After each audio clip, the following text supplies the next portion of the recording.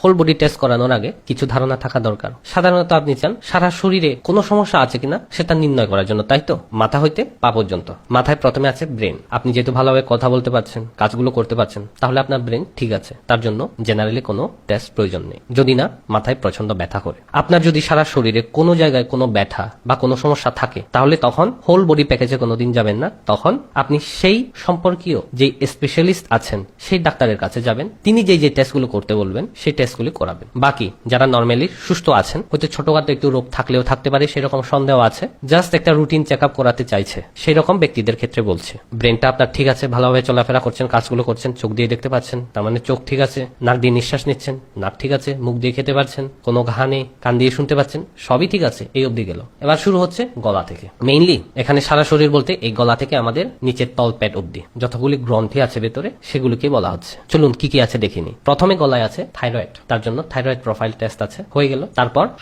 হার্টের জন্য শুধুমাত্র দুইটা টেস্ট করালে হবে। এক, ব্লাড প্রেশারটা মেপে নেবেন। দুই, লিপিড প্রোফাইল, যেখানে কোলেস্ট্রল গুলো ধরা পড়ে। আর কিছু লাগবে না। এগুলোতে যদি কোনো সমস্যা চলে আসে তখন গিয়ে এক্সট্রা টেস্ট লাগবে আরো, যেগুলো আগে থেকে করিয়ে টাকা খরচা করিয়ে কোনো লাভ নেই। তারপর আমাদের লাংস আছে। লাংসের জন্য শুধুমাত্র পালস অক্সিমিটার দিয়ে টেস্ট করালেই হলো। যদি আপনার শরীরে সেরকম কোনো সমস্যা না থাকে, যেমন শ্বাস নিতে কষ্ট, থুতু ফেলে রক্ত বের হওয়া, একটু হাঁটাচলা করলে হাঁপিয়ে যাওয়া, অতিরিক্ত দুর্বলতা ফিল করা, যদি এরকম কোনো লক্ষণ না থাকে তাহলে শুধু পালস অক্সিমিটারে টেস্টটা করালে হলো। খুব সিম্পল টেস্ট একটা। আরেকটা আছে চেস্ট এক্সরে। এতে লাংসের ভিতরে দেখা যায় কোনো সমস্যা আছে কিনা, হার্টের সাইজও দেখা যায়। এটা হার্টটাও কভার হলো, লাংসটাও কভার হলো। তারপর লিভারের জন্য লিভার ফাংশন টেস্ট। তারপর কিডনির জন্য কিডনি ফাংশন টেস্ট। তারপর তো তলপেট এসে গেল। আর পুরো অ্যাবডোমেনটাকে, মানে বুক হইতে তলপেট পর্যন্ত দেখার জন্য আলট্রাসোনোগ্রাফি টেস্ট, যেখানে আবার নতুন করে লিভারকে দেখা যাবে, গল ব্লাডারে পাথর হয়েছে কিনা দেখা যাবে, পানক্রিয়াসে কোনো সমস্যা আছে কিনা দেখা যাবে, কিডনিতে কোনো পাথর আছে কিনা দেখা যাবে, তলপেটে জরায়ুতে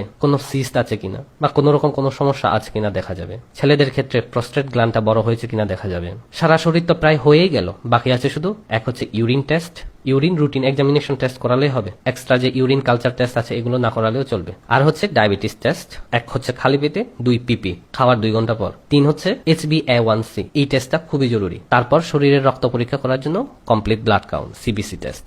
হিমোগ্লোবিন কতটা আছে, কোনো ইনফেকশন আছে কিনা, কোনো ইনফ্লামেশন আছে কিনা, এই সবগুলো সিবিসি থেকে জানা যাবে। এক টাইপের হোল বডি টেস্ট হয়েই গেল। তার সাথে চাইলে এক্সট্রা 2টা জিনিস যোগ করে দিতে পারেন। সেটা হচ্ছে আপনার যদি মনে হয় আপনি সূর্যের আলোতে তেমন একটা যান না, ঘরের ভিতরেই থাকেন, তাহলে ভিটামিন ডি টেস্টটা করাতে হবে। আর 2 হচ্ছে যদি আপনি নিরামিষ ভোজী হন তাহলে ভিটামিন B12 এর টেস্ট। কেননা ভিটামিন B12 এর উৎসগুলো সাধারণত প্রাণীজ পদার্থ থেকেই পাওয়া যায়, উদ্ভিজ পদার্থতে ভিটামিন B12 থাকে না। তাই নিরামিষ ভোজীদের জন্য ভিটামিন B12 এর টেস্টটা করাটা খুবই জরুরি। সব টেস্টগুলো এখানে আমি লিখে দিলাম। এই সব টেস্টগুলি করাতে ইন্ডিয়াতে মোটামুটি 4,500-5 হাজার থেকে শুরু হয়ে 10,000 15,000 পর্যন্ত লাগতে পারে। দামটা নির্ভর করে কত বড় হসপিটালে আপনি এই টেস্টগুলি করাচ্ছেন।